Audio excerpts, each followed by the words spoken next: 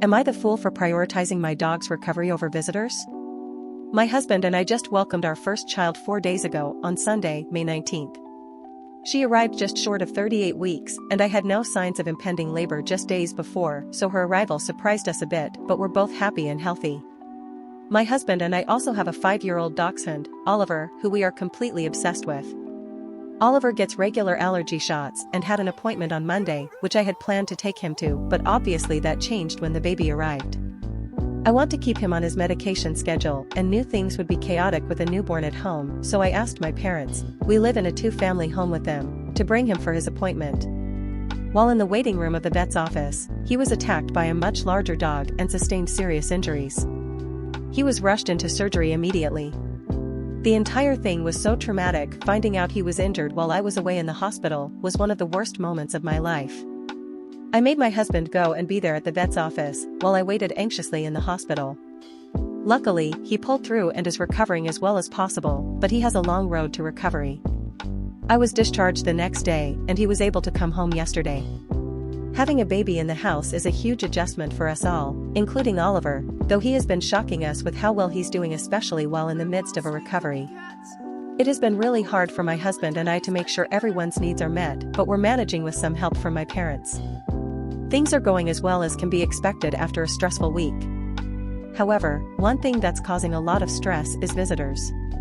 My hospital still had strict visiting rules after COVID, so all the relatives who couldn't visit want to visit at home. However, Oliver gets extremely excited to see anyone who comes over, and we have been instructed to keep him quiet and calm right now so that he can heal. Additionally, we are exhausted from taking care of both. When our daughter is napping, we spend all our time with him as he recovers. We decided that right now is not the time to have visitors. But we've gotten some nasty replies from family saying we're prioritizing a dog over our daughter's relationship with her family. She's a newborn, she doesn't know any different, and these aren't immediate family members, and that they can't believe we'd put a dog over them. They tell me I'll be a bad mom for prioritizing Oliver, and that breaks my heart because I love my baby so much, but I also love Oliver to death too. My in-laws live out of state and will meet baby in July, so the people being pushed off aren't grandparents, they're my husband's siblings and aunts and uncles on both sides. If it weren't for Oliver's injuries, we probably would allow select visitors with certain precautions, but he is our first baby and we want to make this time as stress-free for him. Am I the fool for putting visitors on the back burner during this time? Am I the fool for not making food for my dad's stepkids? I, 16 male, make my own lunch for school. I started making them when I was 11 and my mom was sick with cancer, and now I make all my lunches. My dad refuses to give me lunch money for school, said no way in hell to making them. Mom made his and now he pays for lunch every day, and doesn't want to give me permission to eat outside school, which is an option with parents' consent, because he'd need pay for that. So I make them. I work part-time, and so I started paying for the ingredients I use in my lunches. My dad got married 2-ish years ago. His wife has 3 kids who are 5, 7, and 8 now. For about a year there's been this issue where my dad and his wife want me to make all 4 lunches. They said if I'm making my own I should make my siblings, and I say siblings because they're not my sibling, lunches too, to save their mom time and to streamline everything. I was like no, and my dad's wife was shocked. She called me out for making stuff only for myself. She said it's crazy that I would look at my siblings and not want to make a few things for them too. It escalated to where they said I shouldn't get to eat their dinners if I won't participate in taking care of the family.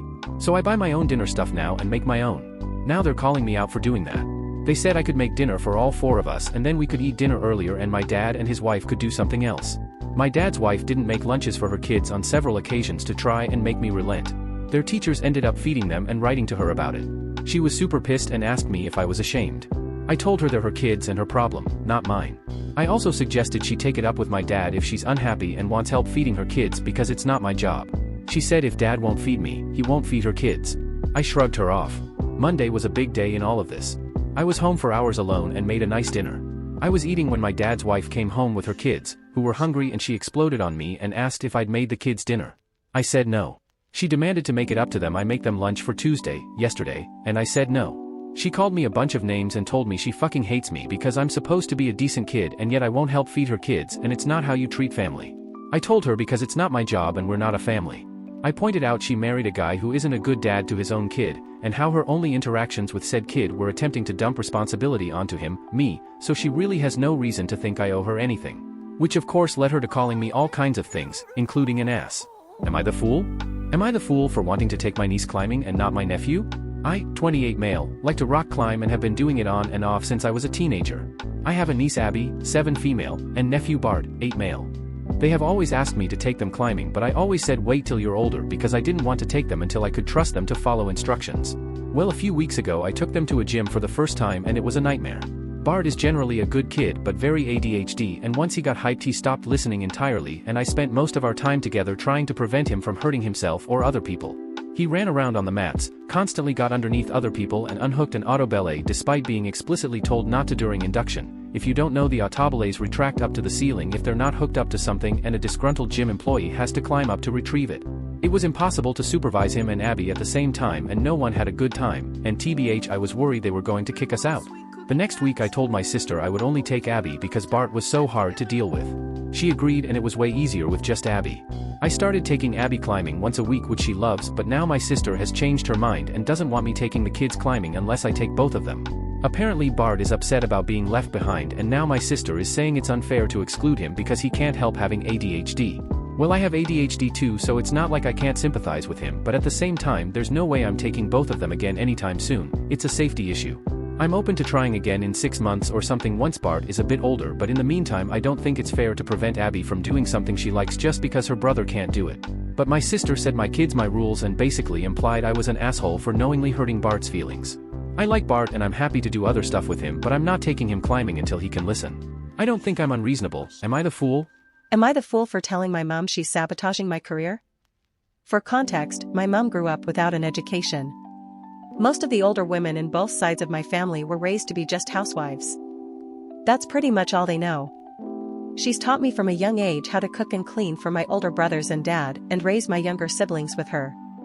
Meanwhile, my older brothers have absolutely zero life skills and require me to do everything for them. Cooking, cleaning, laundry, etc. Every exam season, she complains I go to the library too often, but when I stay home to study, she won't leave me alone. She gives me chores one after the other and wastes all my time on house chores. It doesn't help that we have a big family, so there's a never-ending amount of chores. The day I realized she had it out for me was a few years ago when I came home from my part-time job and my mom gave me a list of things to complete before she returned night. I just broke down since I was just a frustrated teen who had a long day and dealing with exam stress, and now this. My brother, 20 at the time, for the first time ever stepped in and offered to help out by cleaning just the kitchen. He told my mom the next day, and she convinced him I was crying fake tears and called me a manipulative drama queen for tricking her son into cleaning. They both teased me for the next few weeks, saying I'm such a liar. Now I'm in university, halfway done with my degree, but my mom is still the same. I can't get any work done at home, but she guilt trips me every time I want to study outside. I feel bad because we're a huge family and my mom does do a lot alone. I feel like I excuse her a lot because it's just the way she's been raised too. All she knows is how to live for men, and that's why she's pushing it on me too. The other day, I told her I feel like she's sabotaging me, and she got so angry. I'm more mad at how she prioritized my brother's educations over mine. When they wanted to study, she used to make me cut up fruits and take them snacks up to their room. No one was allowed to disturb them.